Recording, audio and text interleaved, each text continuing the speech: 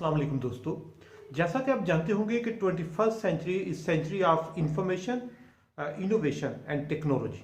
और टेक्नोलॉजी की दुनिया में हर दिन नए इनकलाब आ रहे हैं, नई इख्तराआत आ रही हैं जिसने इंसानी ज़िंदगी को बहुत ज़्यादा बदल दिया है। कोविड के बाद जो सिचुएशन है वो एकदम से बदल चुकी है, यहाँ तक कि पाकिस्तान जैसे गरीब मुल्कों में एलन मस्क का स्टारलिंक ने लाइसेंस हासिल कर लिया है।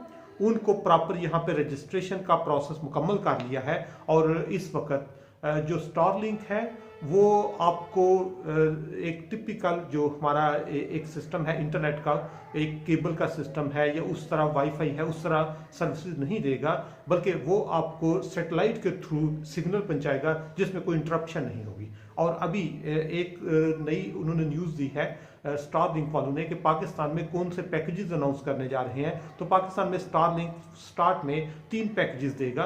पहला पैकेज जो होगा वो डोमेस्टिक वाला होगा, जो घरेलू लोगों के लिए होगा, घर के लिए होगा, एक घर के अफराद के लिए होगा, जिसकी मंथली जो आप कह सकते सब्सक्रिप्शन है, मंथली जो फीस है वो तकरीबन 35,000 पाकिस्तानी रुपीज़ के बराबर होगा। 35,000 रुपीज़ का मतलब ये है कि वो इंडिविजुअल के लिए होगा और उसमें इंस्टॉलेशन कास्ट जो है वो तकरीबन 1 लाख से 1.25 लाख तक होगी। और वो कंपैरेटिवली जो पाकिस्तान में बाकी जो नेटवर्क सर्विसेज दे रहे हैं उसके मुकाबले तो बहुत महंगी है, लेकिन इसमें इंटरप्शन नहीं होगी। अगर कोई सिग्नल किसी वक्त पाकिस्तान में बंद भी होते हैं तो स्टारलिंक के सिग्नल बंद नहीं होगी, क्योंकि ये सैटेलाइट के थ्रू मॉनिटर हो रहा होगा।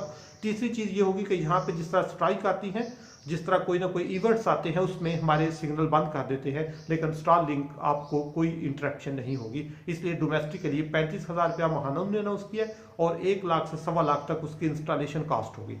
दूसरा इनका जो बिजनेस प्लान है वो बिजनेसमैन के लिए है जो छोटे बिजनेस चला रहे हैं, जिनके पास 8, 10, 20, 50 तक एम्प्लॉय होंगे और उनकी जो फ़ी है वो तकरीबन 70 से 80,000 रुपये महाना होगी, लेकिन उसके इंस्टॉलेशन कास्ट तकरीबन 2 लाख से 2.5 लाख तक होगा।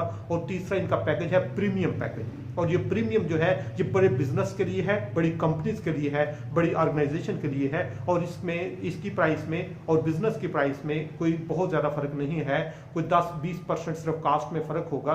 तो इस वजह से जब ये आएगा तो इससे ऑफकोर्स पाकिस्तान में फ्रीलांसिंग जो इंडस्ट्री है वो चलेगी, जो ऑनलाइन बिजनेस करने वाले लोग हैं वो चलेंगे, जिन लोगों की ऑनलाइन एक्टिविटी ज़्यादा होती हैं वो चलेंगे, या ऑनलाइन जो कारोबार करने वाले लोग हैं उनको इसका फ़ायदा होगा। और इस वक्त स्टारलिंक के आने से पाकिस्तान में इंटरनेट की services first time international level की होंगी, जिनमें जो स्पीड है जिस तरह बताया जो डोमेस्टिक वाले हैं इनकी स्पीड तकरीबन 250 Mbps तक होगी, जो उसका है बिजनेस वाला ये 5 Mbps से उसकी ज़्यादा होगी। And same is the case of premium जो उसके सब्सक्राइबर और यूज़र होंगे, तो इसलिए इससे ऑफकोर्स प्राइसेस थोड़ी ज़्यादा होंगी, लेकिन एक ग्लोबल आपको सर्विस मिलेगी जो सैटेलाइट के थ्रू मॉनिटर होगी। यहाँ पे इंटरनली उसको कोई मॉनिटर नहीं करेगा। और इसका सारे का सारा जो प्लान है, इसकी सारी जो लॉन्चिंग है ये एलन मस्क का जो प्रोजेक्ट है उससे हो रही है, और वो पूरी दुनिया में स्टारलिंक के जो इस वक्त लाइसेंस है वो हासिल करके इसको प्रमोट करें। और ऑफकोर्स जब इसकी वो कंजम्पशन, इसके यूज़र, इसकी सब्सक्रिप्शन ज़्यादा होगी तो ऑफकोर्स की फीस में भी काफ़ी हद तक कमी होने की वो उम्मीद की जा सकती है।